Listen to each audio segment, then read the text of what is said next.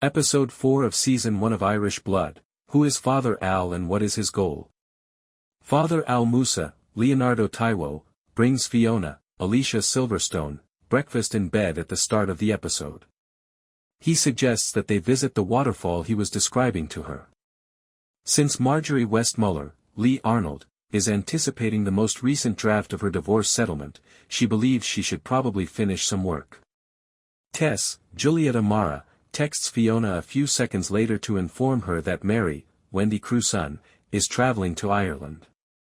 When Musa offers to drive her to the airport, Fiona declines. Fiona delivers Mary to the cottage that Declan Murphy, Jason O'Mara, left for her after picking her up at the airport.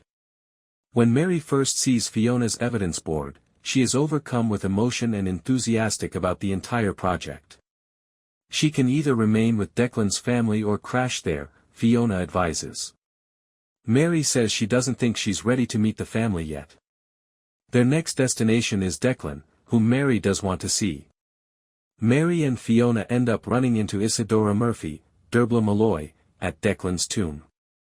Isadora greets Fiona warmly after she introduces the two. Isadora even gives Mary her mother's engagement ring later on. The Garda and Sergeant Claude, Gavin O'Connor, arrive with a warrant to search the property before the situation worsens.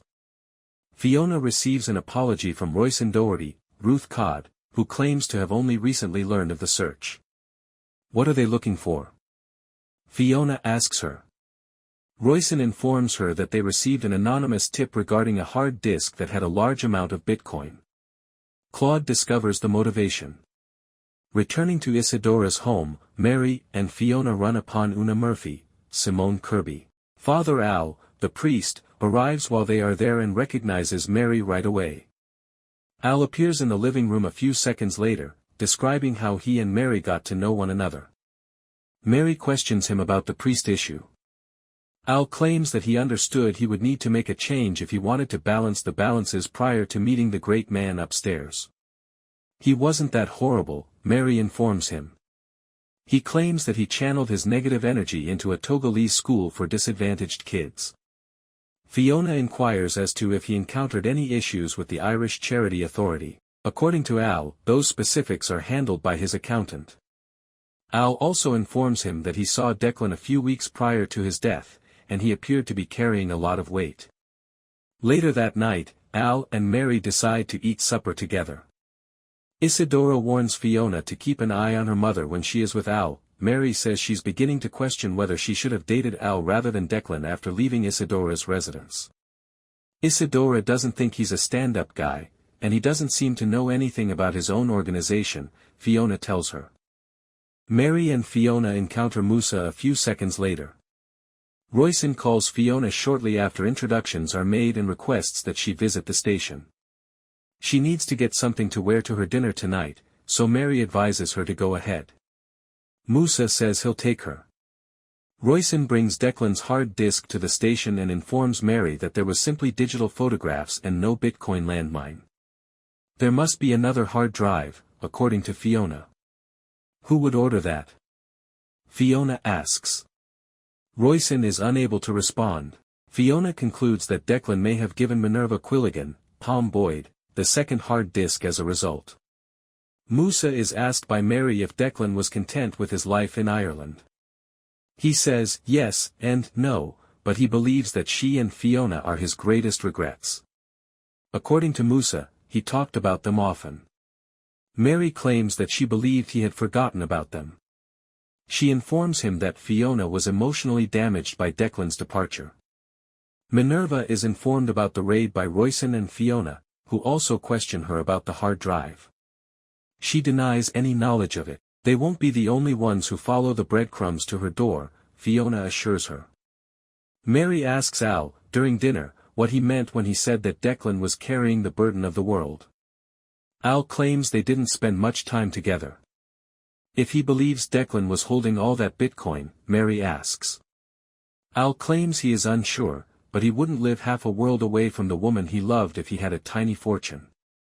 In another scene, Fiona and Royce are talking about the case when they see Al and Mary having sex. Fiona informs Mary the following morning that she spotted her and Father Al the previous evening.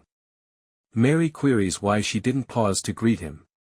Fiona claims that she was making out with him at the time. Mary expresses her relief at not ruining the occasion as she is doing at the time. After Fiona teases Mary for a few minutes, Mary brings up Musa and remarks that it's clear they've slept together. Isadora and Una show up to take up Mary before the talk continues significantly. Fiona discovers a number of photos of herself and her mother on Declan's hard drive after Mary leaves. She is directed to Declan's bag after discovering another of Al and Declan. When Fiona calls Tess, she asks her about her knowledge of Togo. Fiona tells her she wants her to look into something after Tess gives her a brief overview.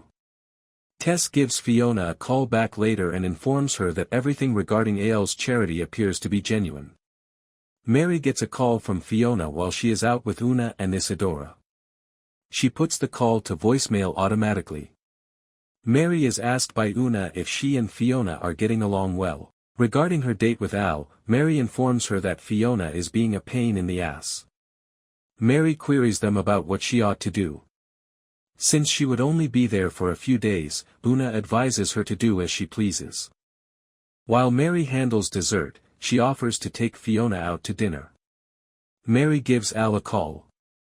Tess phones Fiona once more to inform her that she was unable to locate the charity on Google Maps.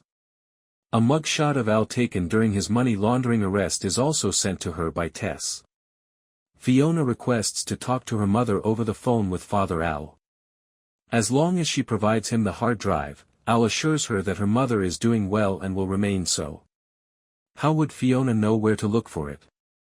She's not stupid, he assures her. Al offers to give Mary a closer look at Wicklow when she returns the table. Returning to Minerva's house, Fiona knocks on her door and inquires about the hard drive. Minerva tells her she is powerless to assist her. Al has her mother, Fiona informs her. That seems about right, Minerva says. It's for her safety, but Al is a jerk. During their stroll, Mary begins to suspect Al, but he seizes her and assures her that she won't be leaving. Fiona arrives a few seconds later. Before Declan departed, she informs her mother that Al was the one who guided the goons to their home. Al gives her Mary when Fiona hands him the hard drive with the pictures. Fiona shares her predicament with Al with Musa the following day. She also mentions how she presented him to her mother the other day. She expresses her liking for him. How about we take it slowly and see where it goes, he asks. That is good, she says. After they share a kiss, Fiona gets a call from Al. He warns her that although he admires her resourcefulness, she and her mother will ultimately bear the consequences of her actions. Fiona then calls Royson as a result. She is informed by Royson that Minerva was slain when her home was broken into. The episode concludes there.